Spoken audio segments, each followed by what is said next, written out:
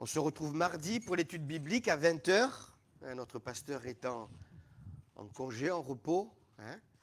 Il est parti jeudi. Voilà, j'ai eu ces nouvelles encore ce matin.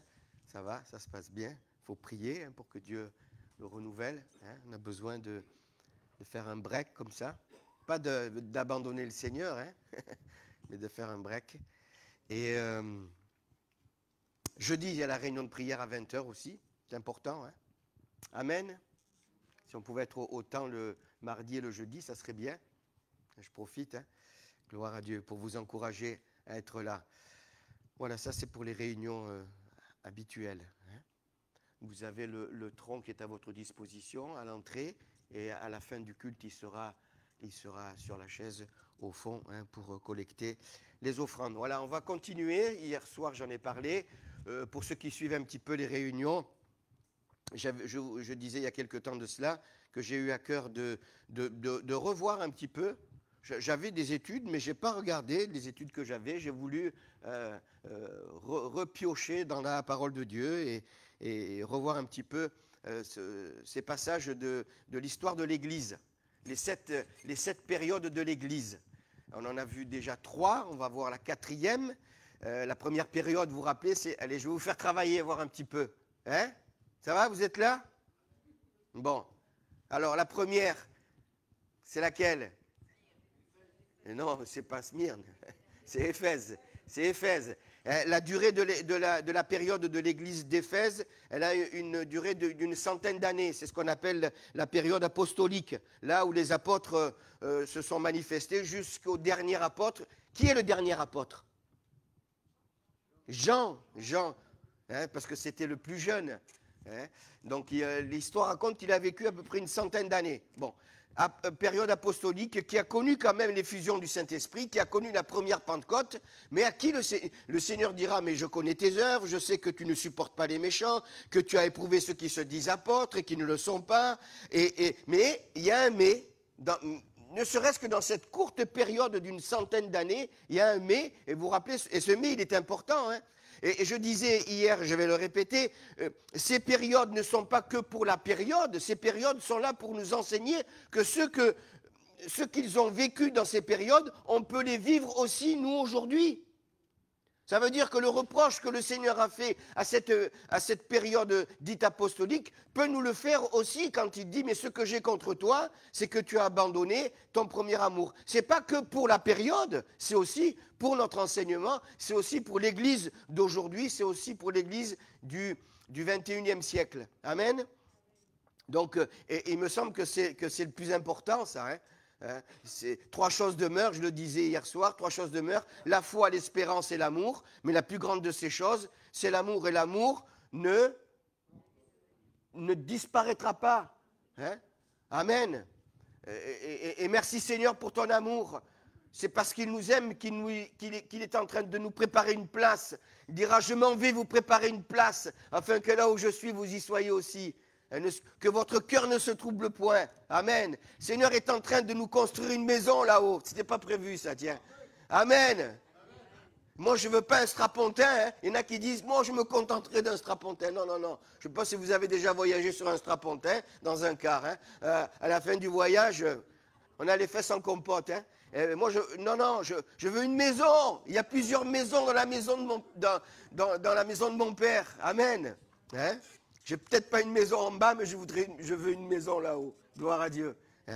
Et c'est la première période. Ensuite, la deuxième, elle dure à peu près 250 ans. Donc, on arrive déjà au 4e siècle, pratiquement, avec l'église de Smyrne.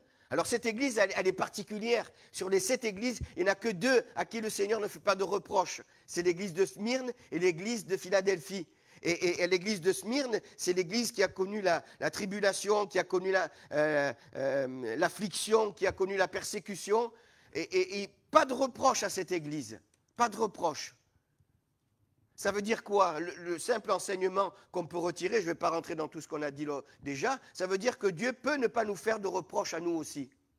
S'il a fait des reproches à Éphèse, il ne fera pas de reproches à Smyrne, et Dieu peut ne pas nous faire des reproches non plus. Je pensais ce matin en priant juste à ce passage de Matthieu 25, je crois, quand le Seigneur dit, vous savez la parabole des talents, 5 talents, 2 talents et 1 talent, 5 talents, le Seigneur ne fait pas de reproche, qu'est-ce qu'il lui dit? Entre, bon et fidèle serviteur, entre dans la joie de ton maître, tu as été fidèle en peu de choses. Le deuxième, la même chose, et le troisième, là, il fera un reproche. Il dira, mais paresseux, etc., etc. Vous voyez?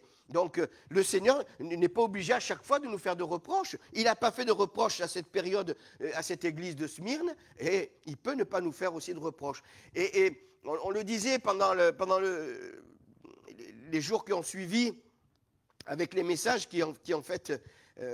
il a été question à un moment donné de relâchement dans la prédication. Le frère a parlé de relâchement, je parlais d'oublier, et c'est ce qui s'est passé à la suite. Là, il y a eu donc l'église qui s'est ressaisie dans l'église de Smyrne pendant ces 250 ans, et puis on arrive à l'église de Pergame. Alors l'église de Pergame, si vous voulez en savoir plus, vous écoutez le message, il est enregistré, parce que l'église de Pergame est appelée l'église du mélange.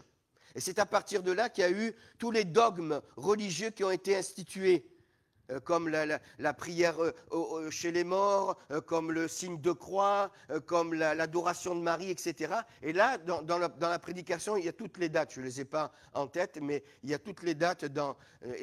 Et ça, c'est l'église du mélange qui a duré à peu près 4 siècles. Donc on arrive vite à la fin du premier millénaire après Jésus-Christ.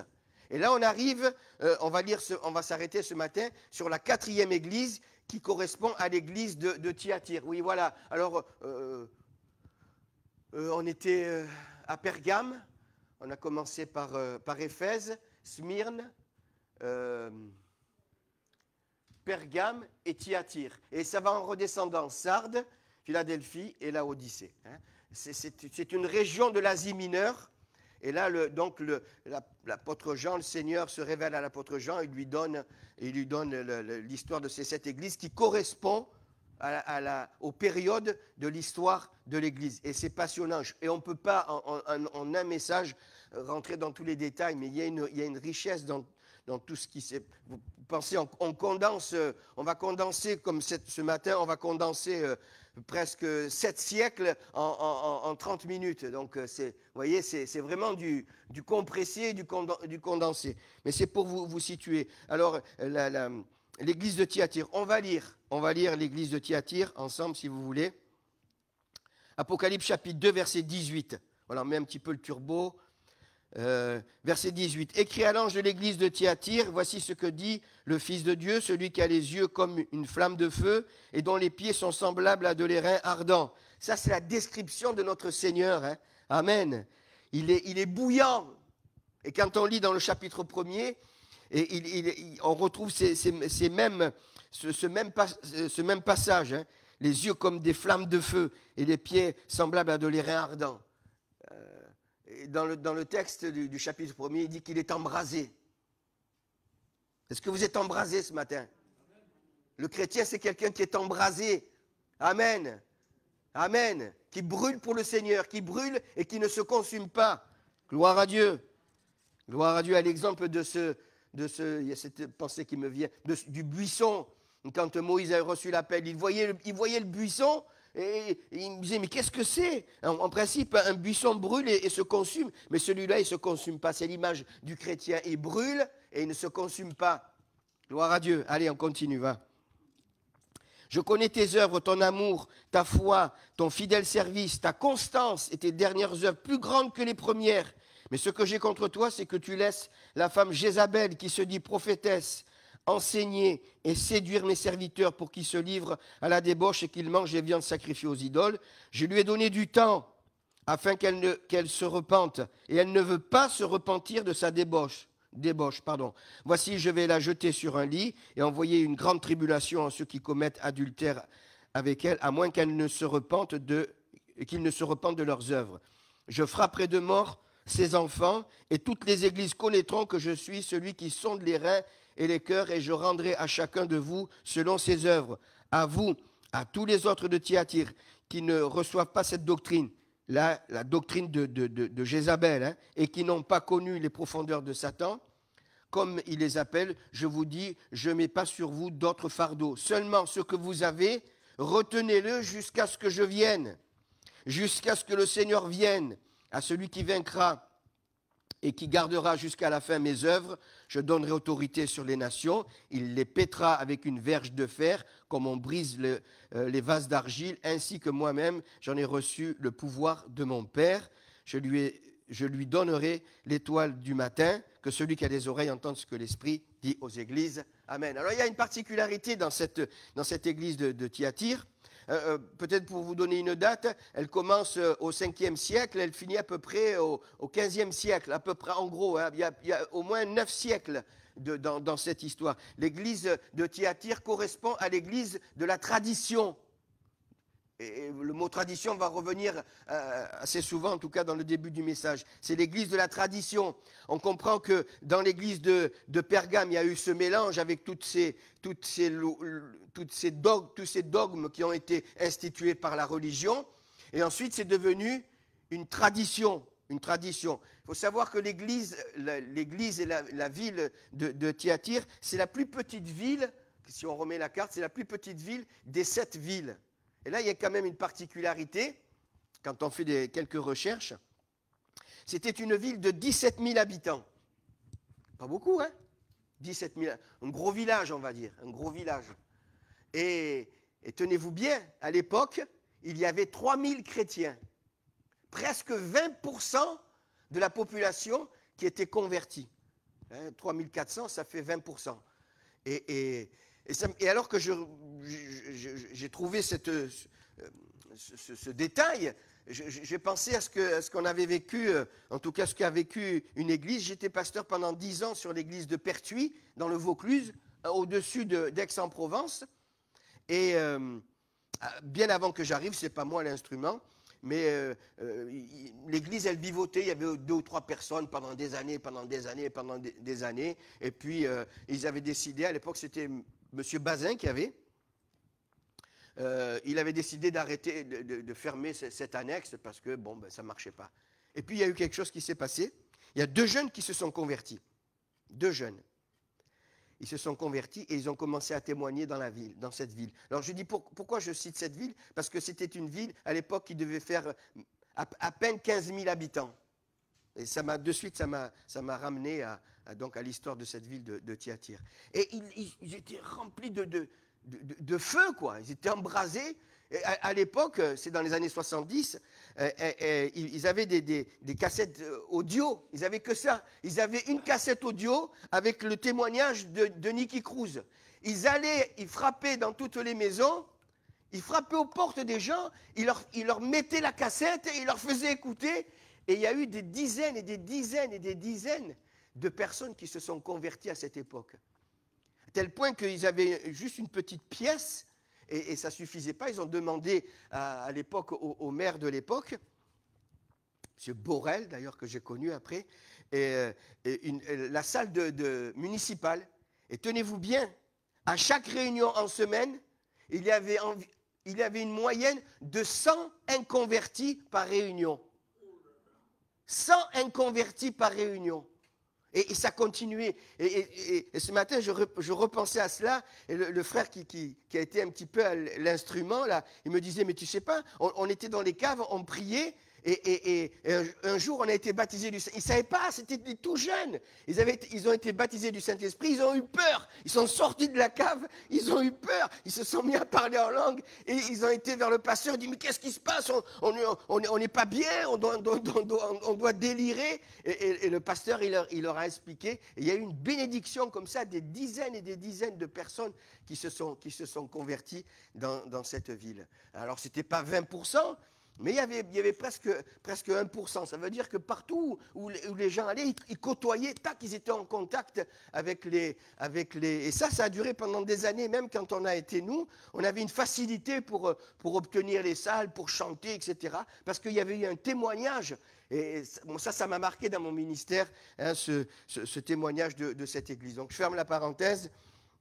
Une petite église, mais avec une petite ville avec un grand pourcentage. Plaise à Dieu, 65 000 habitants, la Seine, sans compter les Sifournais, les Sanariens. C'est Sanariens qu'on dit? Les Sanariens, les Sifournais, les gens d'Oulioul, Ça, c'est notre région. Le Bossé. Hein, non, la Ciotat, c'est les Bouches-du-Rhône. Oui, oui, ça appartient aux Marseillais, c'est pas nous. Mais déjà, on a un travail. Et plaise à Dieu qu'il y ait autant de croyants. Mais ces gars, ils avaient le feu, ils venaient de se convertir. Il y a eu une bénédiction. Et c'est un peu ce qu'on retrouve sur cette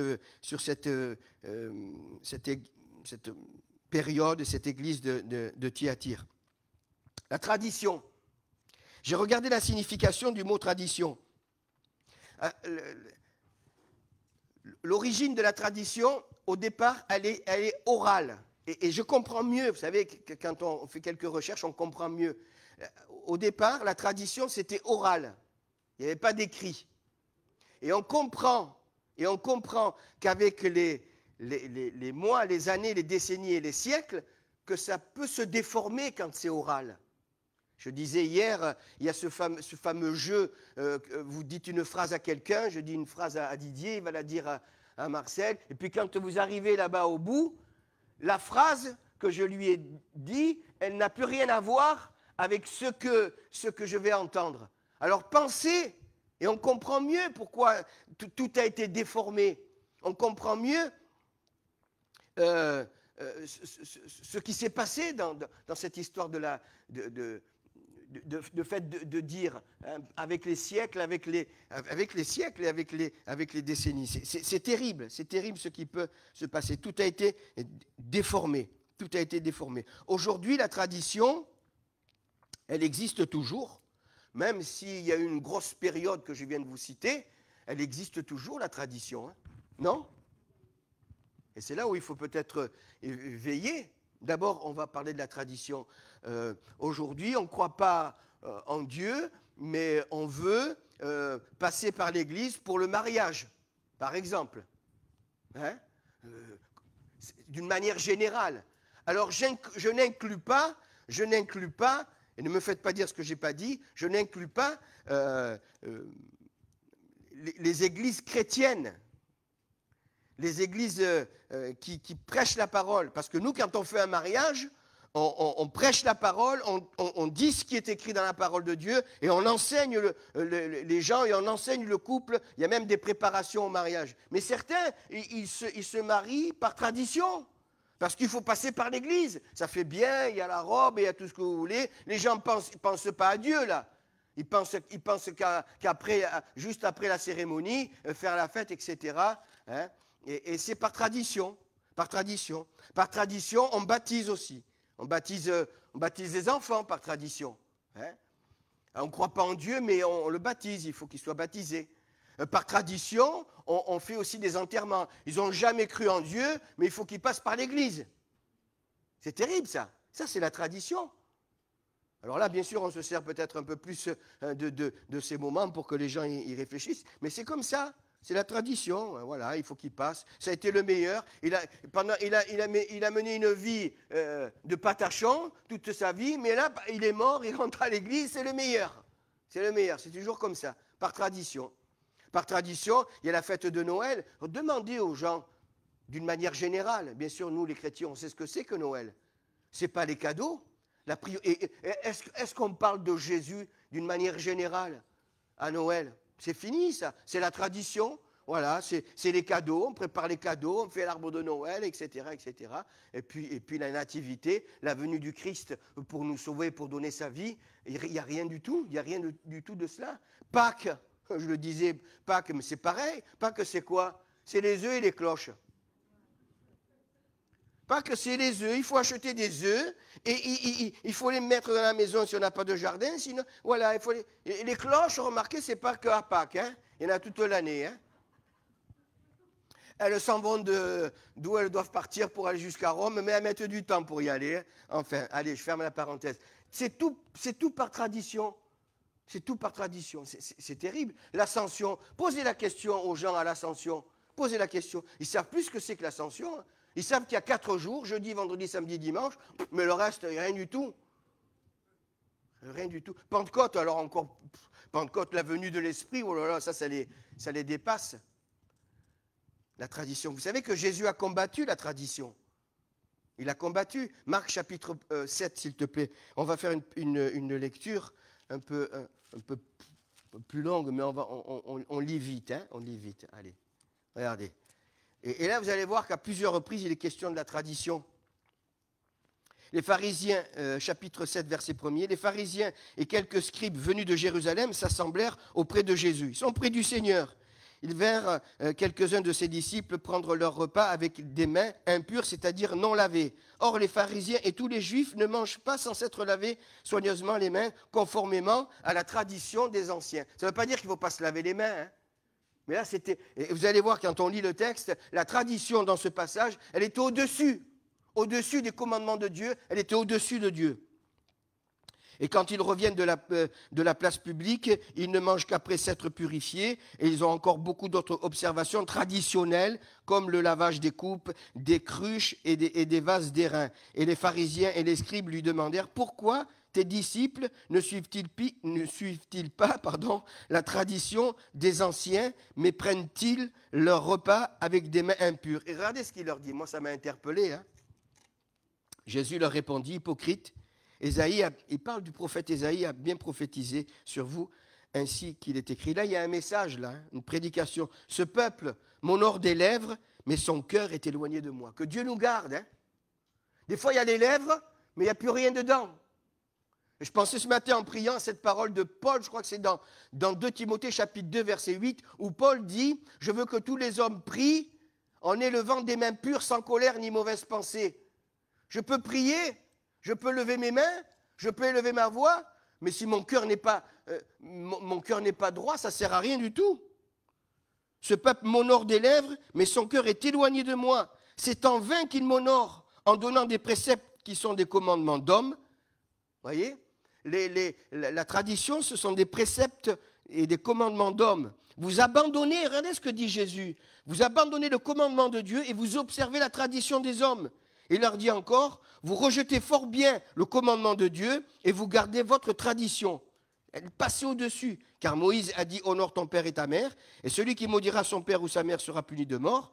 Mais vous dites, si un homme dit à son père ou à sa mère, ce sont ceux dont j'aurais pu t'assister, et corban. Corban, c'est un terme araméen qui veut dire donner un sacrifice. D'ailleurs, vous avez l'explication, c'est-à-dire une offrande à Dieu.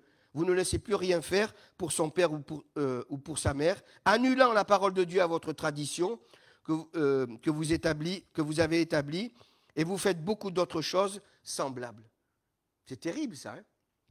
Ça passait au-dessus des commandements de Dieu. Il leur dit, vous rejetez fort bien le commandement de Dieu pour garder votre tradition. Que Dieu nous garde aussi, on va le voir dans quelques instants, de certaines traditions. Regardez dans Ésaïe chapitre 29, j'ai relevé ce passage-là, je voudrais le lire avec vous, Ésaïe 29, 13.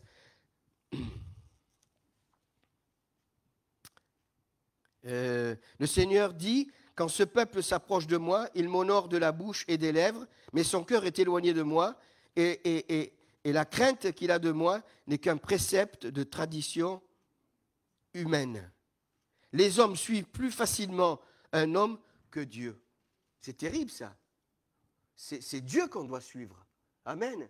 C'est appliquer sa parole qu'on doit faire.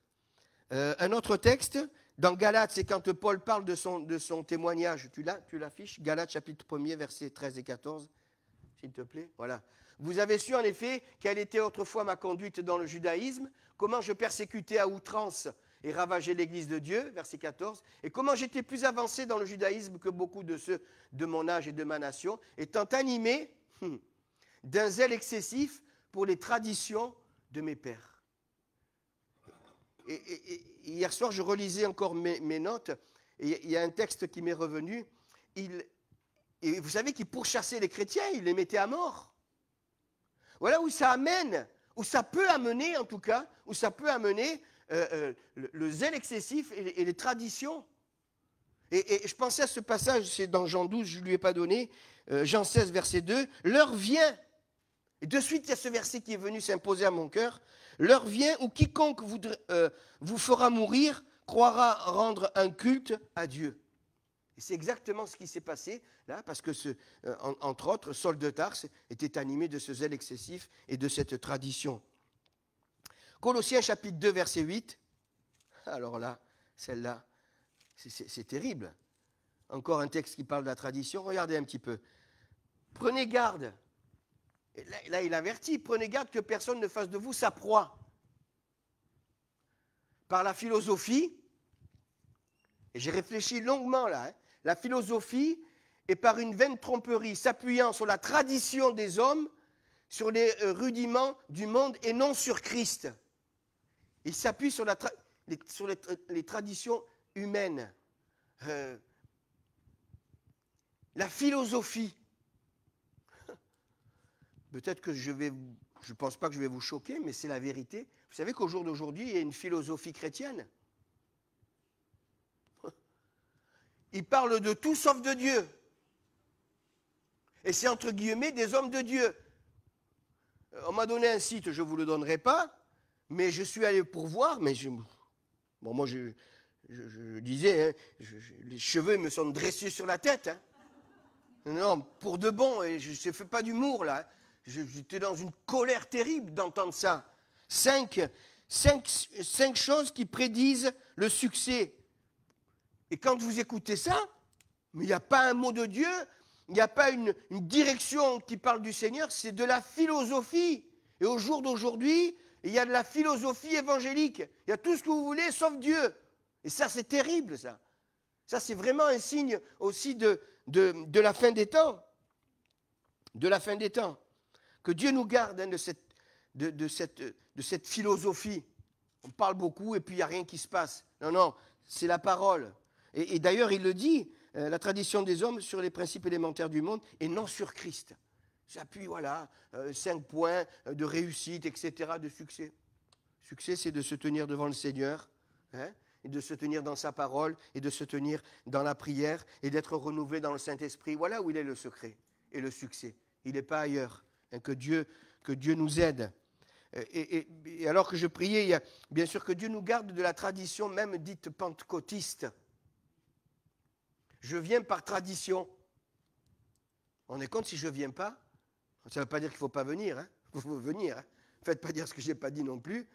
Mais la tradition pentecôtiste, c'est terrible ça. Hein.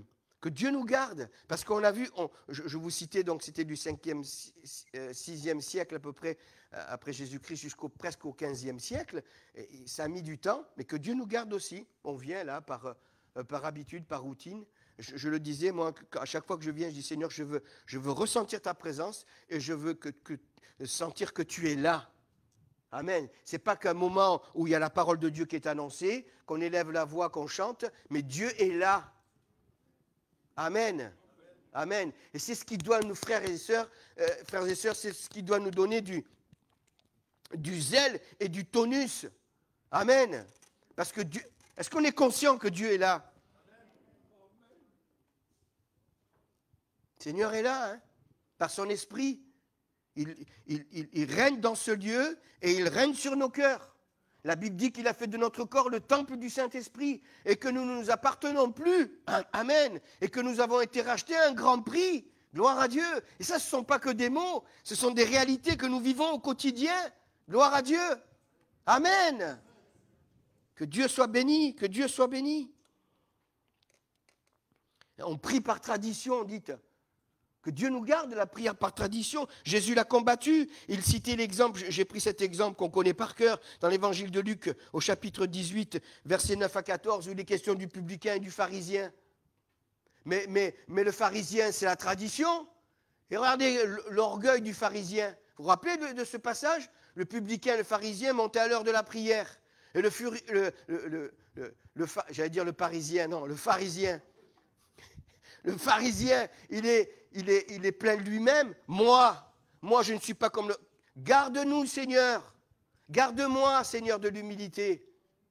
Garde-moi de tout orgueil. Moi, je ne suis pas comme le reste des hommes. Moi, je fais, moi, je donne, moi, je jeûne 2 fois, je donne la dîme, etc., etc. Et la Bible dit que cet homme est reparti comme il est rentré. Hein. Tradition. tradition. Et vous vous rappelez du publicain? La Bible nous dit qu'il n'osait pas lever les yeux vers le ciel, il se frappait la poitrine. Combien de fois je me frappe la poitrine? Combien de fois? Sois apaisé envers moi qui suis un pécheur. Et la Bible nous dit qu'il est reparti dans sa maison justifié. Et vous connaissez la conclusion, celui qui s'élève, il sera abaissé, celui qui s'abaisse, il sera élevé. Oui, Jésus l'a combattu aussi, cette tradition de ces gens. Eux, ils étaient meilleurs que les autres. On n'est pas meilleurs que les autres. On a besoin de la grâce de Dieu et de se tenir à ses pieds, à l'exemple de Marie qui se tenait aux pieds du Seigneur et qui repassait tout ce que Dieu avait fait pour elle. Que Dieu soit béni. Amen. L'histoire de la ville de Thyatire. L'histoire est intéressante parce qu'elle est liée avec ce reproche que le Seigneur fait concernant la femme Jézabel. On va y venir. L'histoire de Thyatire. D'abord, c'était une ville très riche. Très riche. Vous savez pourquoi? Parce qu'ils avaient trouvé le moyen de faire de la teinture, de teindre. De la teinture. Ça, c'est intéressant. Ils avaient trouvé d'abord une plante. Et avec cette plante, ils arrivaient à teindre les vêtements. C'était une ville où ils fabriquaient déjà du textile, qui exportaient déjà. Vous allez voir pourquoi. Et donc, ils avaient trouvé déjà cette plante pour faire de la teinte, pour faire du pourpre. À l'époque, c'était les rois, les princes, les nobles venaient jusqu'à Thyatire pour acheter ces couleurs pourpres, ce textile pourpre, pour ensuite faire des vêtements. Ensuite, ils ont trouvé un coquillage. Et là, ça a donné une flambée. La ville, elle s'est encore plus enrichie. Ils ont trouvé un coquillage pour teindre. Et alors là, ça a explosé la ville. Elle a été très riche. On venait des quatre coins déjà du bassin méditerranéen pour acheter ce textile et pour acheter cette teinture. Pourquoi je vous dis ça? Parce qu'on retrouve pratiquement l'origine de l'Église dans le livre des Actes des Apôtres au chapitre 16. Vous vous rappelez quand l'apôtre Paul devait passer en Asie et qu'il a été empêché par le Saint-Esprit à 2 reprises? Ça va, vous suivez? Vous suivez? Acte 16, où Paul est empêché une fois, il va aller en Phrygie, en Asie, il est empêché. Ensuite, pendant la nuit, il a une vision du Macédonien, c'est-à-dire de l'Européen, qui lui dit, mais passe en Macédoine, viens nous secourir. Et Paul a compris qu'il devait aller. Donc Paul traverse la mer Égée et il arrive en Macédoine, il arrive en Grèce et il arrive dans une ville. Vous vous rappelez quel est le nom de cette ville? La première ville qui a été évangélisée en Europe, c'est la ville de Philippe. Vous vous rappelez? Allô? Relisez Acte 16. Hein? Et là, il n'y avait pas de synagogue. Il y avait juste une poignée de femmes qui priaient, qui priaient. Et Paul va saisir l'occasion. On peut le lire là, s'il te plaît? Tu l'as mis? Voilà. Je vais le commenter, ça va aller plus vite. Et Paul arrive, il y a une poignée de femmes, et le texte nous dit qu'il y a une femme qui s'appelle Lydie, qui était quoi? Elle était commerciale. Elle venait de cette ville de Thyatire, c'est-à-dire d'Asie, et elle était arrivée à Philippe pour vendre ses vêtements pourpres. Déjà les commerciaux existaient. Hein. Et c'était une commerciale. Elle était là, il est dit que le Seigneur, il va lui ouvrir le cœur pour qu'elle comprenne les Écritures. Elle venait de Thyatire, elle était marchande de pourpre, rien à voir avec le poulpe. C'est pas pareil, hein? Et là, elle va se convertir, elle et sa famille. Et l'histoire raconte que ça serait elle qui serait venue, qui serait retournée à Thyatire comme un témoin.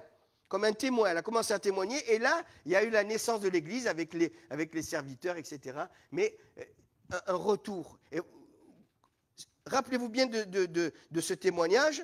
Donc ça a été un premier témoin. Un petit peu, je pensais ce matin, un petit peu comme le ministre éthiopien, quand il s'est converti et qu'il est reparti en Éthiopie, quand on lit les commentaires, l'histoire de ce passage-là, eh bien, ça serait lui aussi qui aurait été un témoin. Ce n'est pas lui qui a été le pasteur, ni la femme qui a été le pasteur, loin de là, mais Elle était un instrument dans cette ville de Thyatire. Donc c'est important quand même, ça c'est la naissance. Regardez, on continue, ça va, vous suivez? Apocalypse chapitre 2, verset 19. Et là, le Seigneur, on voit que cette église était fervente. Regardez, verset 19, Apocalypse 2, 19, vous y êtes? Je connais tes œuvres, une église qui œuvre. Amen. Là aussi, j'ai fait le parallèle. Je connais tes œuvres, ton amour. Chose que l'église d'Éphèse n'avait plus. Ce que j'ai contre toi, c'est que tu as abandonné ton premier amour. Vous suivez? Eux, ils avaient toujours l'amour. Ils manifestaient l'amour. Ils manifestaient les œuvres. C'était une église qui avait la foi.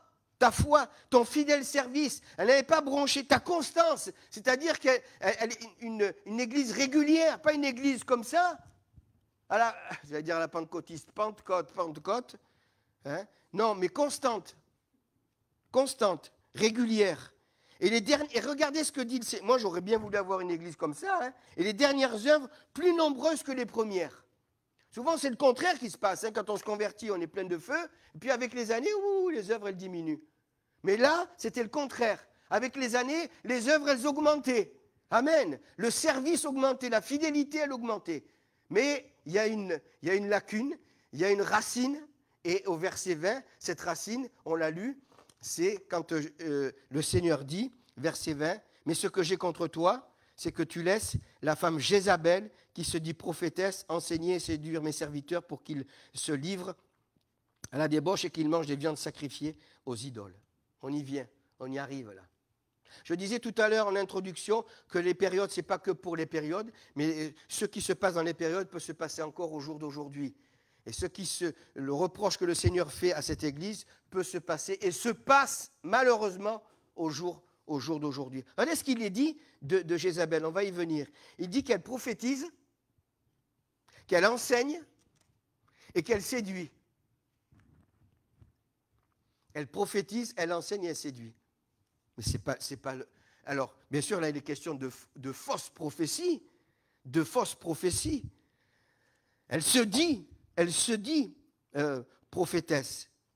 On va y venir. Alors, on sait qui était Jézabel. C'était une femme qui avait du tempérament. Même sur son mari, elle dominait sur son mari. Quand il y avait des situations à résoudre, ça passait par elle. Hein, rappelez-vous, avec l'histoire de Naboth, avec son mari. Comment il s'appelait le mari de Jézabel? Akab, voilà, hein, c'est bien. Akab. Et Akab, c'était un mou. C'était un mou, et elle a pris le dessus. Hein. C'était un mouligasse. Hein. Un lâche, quand on regarde son histoire. Un mou et un lâche. Et elle dit, attends, tu veux la vigne, eh bien tu vas la voir. Et j'ai relevé juste ce passage concernant Jézabel pour vous dire que même les faux prophètes de l'époque, ils étaient tous à ses pieds. Tous les hommes étaient à ses pieds, et c'est pour ça que le Seigneur dit, mais ce que j'ai contre toi, c'est que tu laisses la femme Jézabel. Regardez 1 Roi 18, 19, tu l'as? Rapidement. C'est bon? Mais maintenant, rassemblez tout Israël auprès de moi, à la montagne du Carmel, et aussi les 450 prophètes de Baal et les 400 prophètes d'Astarté, qui mangent à la table de Jézabel. Et ça m'a interpellé aussi. Ils ne mangeaient pas à la table d'Akab. Qui c'est qui commande? C'est le roi, normalement, non? Oui ou non? Et là, elle avait les 850 faux prophètes qui étaient là, les fausses prophéties. Et aujourd'hui, c'est monnaie courante. C'est monnaie courante. Moi, je tire la sonnette d'alarme, parce qu'aujourd'hui, c'est comme ça. Vous avez 30 personnes qui viennent là pour l'imposition des mains. Je ne sais pas comment ils font, certains, mais à chacun, ils prophétisent. Ils prophétisent. Ils prophétisent sur la personne, ils prophétisent sur l'autre, sur l'autre. Ouh là là, je ne sais pas comment ils font, moi. Hein. Nous, quand on reçoit une parole de Dieu, c'est merci Seigneur, et aujourd'hui, c'est monnaie courante. Ça prophétise à tour de bras. Alors, si vous commencez à plonger vos regards dans les hérésies, dans les aberrations qu'on trouve sur Internet, mais c'est catastrophique. C'est catastrophique. Et on comprend que les gens se laissent séduire. Elle prophétise, elle enseigne, Qu'est-ce que dit Paul concernant l'enseignement? 2 Timothée 2,12. Rapide. 2 Timothée 2,12. Qu'est-ce que j'ai dit? 1 Timothée 2,12. Je n'ai pas dit 2 Timothée. C'est moi qui me suis trompé. 1 Timothée 2,12. Regardez ce qu'il dit.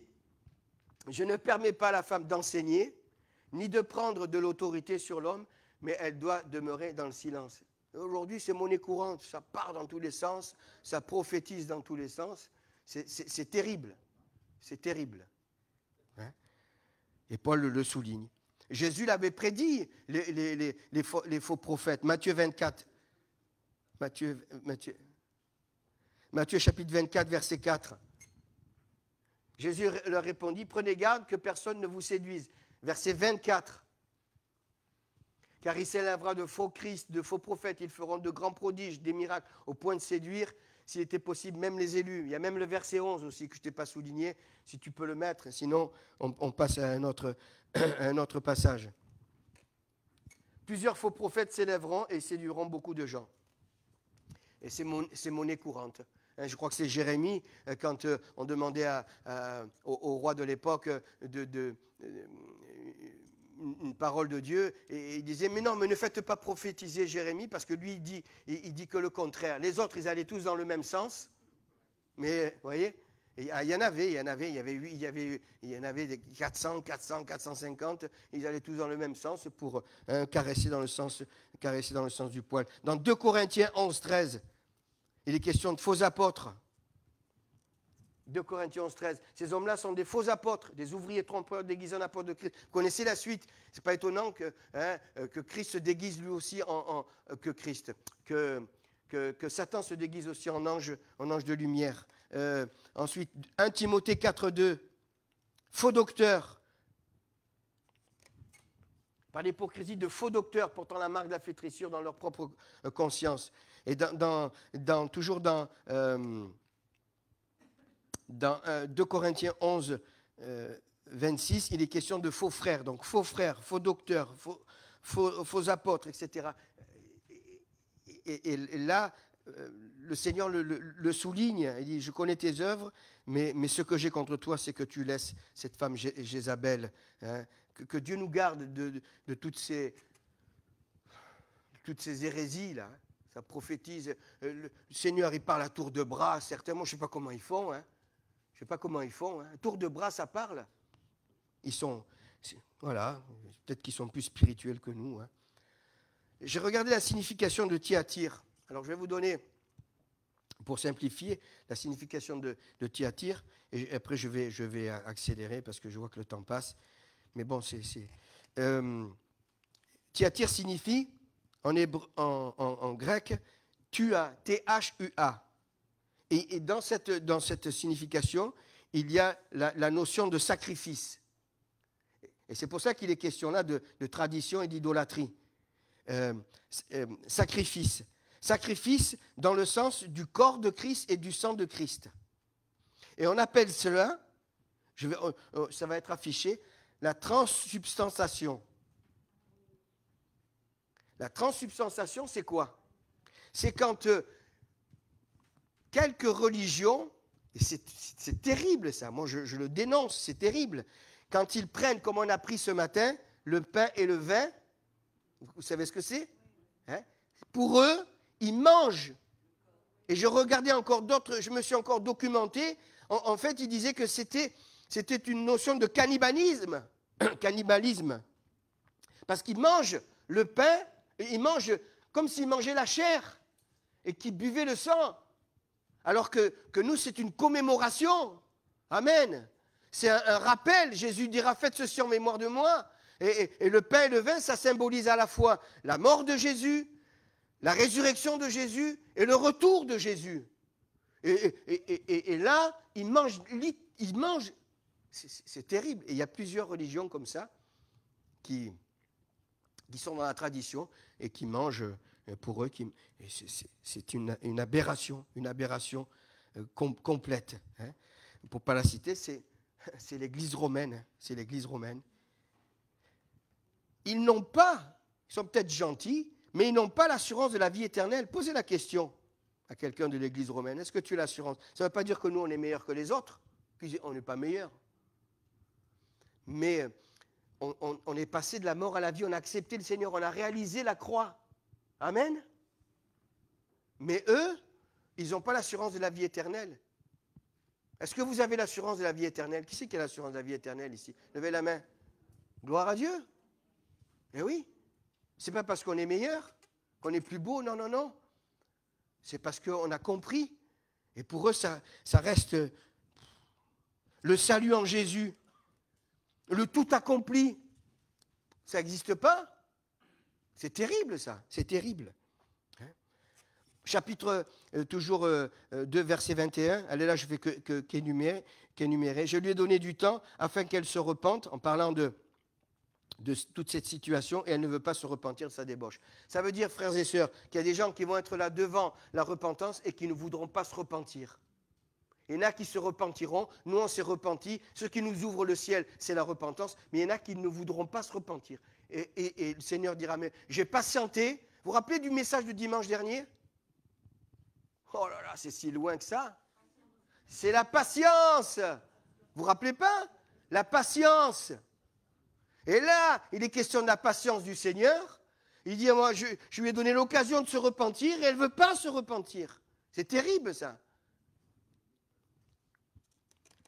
Voici, je vais la jeter sur un lit. Là, il est question d'adultère. Et envoyer une grande tribulation à ceux qui commettent l'adultère avec elle. Donc, il y a toutes sortes de débauches, là, qui se faisaient. Je frapperai de mort ses enfants. Il y a une référence de suite. Je pensais à Bathsheba et avec son premier, quand David a commis l'adultère. L'enfant, il a jeûné, David, il a prié, il a passé du temps et rien ne s'est passé. Nathan lui a dit, mais c'est toi, c'est à cause de toi. Et l'enfant est mort. Vous savez que le premier-né de Bathsheba est mort. Comment il s'appelait le second? C'est bien. Qui c'est qui a dit Salomon? C'est bien. Voilà, Salomon. Et versets 24 et 25, je ne fais que souligner. Là, il est question de ceux qui ont gardé la doctrine, frères et sœurs. Et c'est ce qu'il faut garder, garder la parole. À vous tous, à tous les autres de Thyatire, qui ne reçoivent pas cette doctrine, la doctrine de Jézabel, et qui n'ont pas connu les profondeurs de Satan, comme il les appelle, je vous dis, je ne mets pas sur vous d'autres fardeaux. Merci Seigneur. Seulement, ce que vous avez, retenez-le jusqu'à ce que je vienne. Et on doit retenir la parole de Dieu. Amen. Amen. Que Dieu soit béni. À celui qui vaincra et qui gardera jusqu'à la fin mes œuvres, je lui donnerai autorité sur les nations. Là aussi, ça m'a fait sourire. Aujourd'hui, on parle beaucoup d'autorité, on prend autorité sur ceci, autorité sur cela. Mais vous pouvez prendre les autorités que vous voulez. On peut prendre toutes les autorités qu'on veut.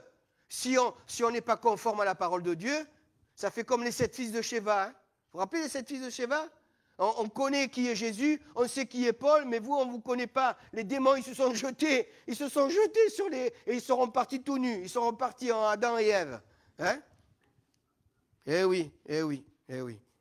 On peut prendre autorité, tout ce que vous voulez. Ce qu'il faut d'abord, c'est être conforme à la parole de Dieu. Et là, il y aura la bénédiction. Et je termine avec le verset 27, quand il dit « Il épaîtra avec une verge de fer », c'est-à-dire qu'il y aura une autorité du Seigneur, comme on brise le vase d'argile. C'est nous.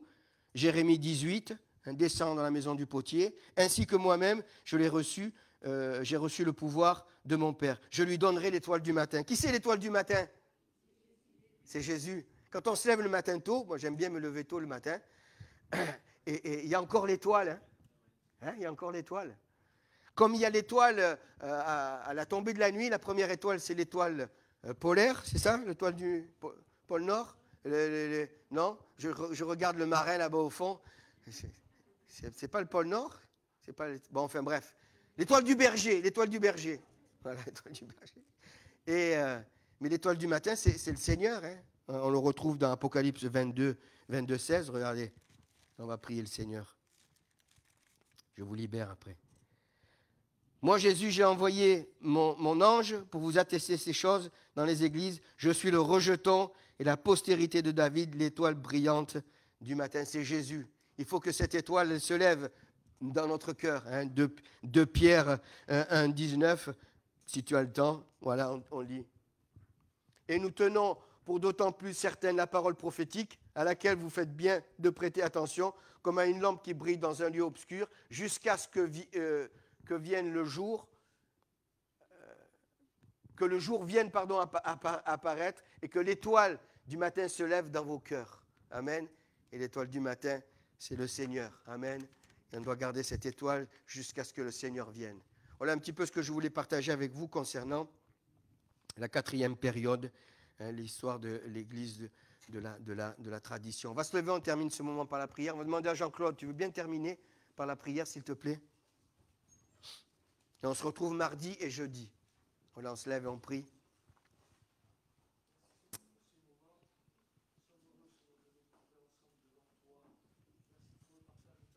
Oui, Jésus.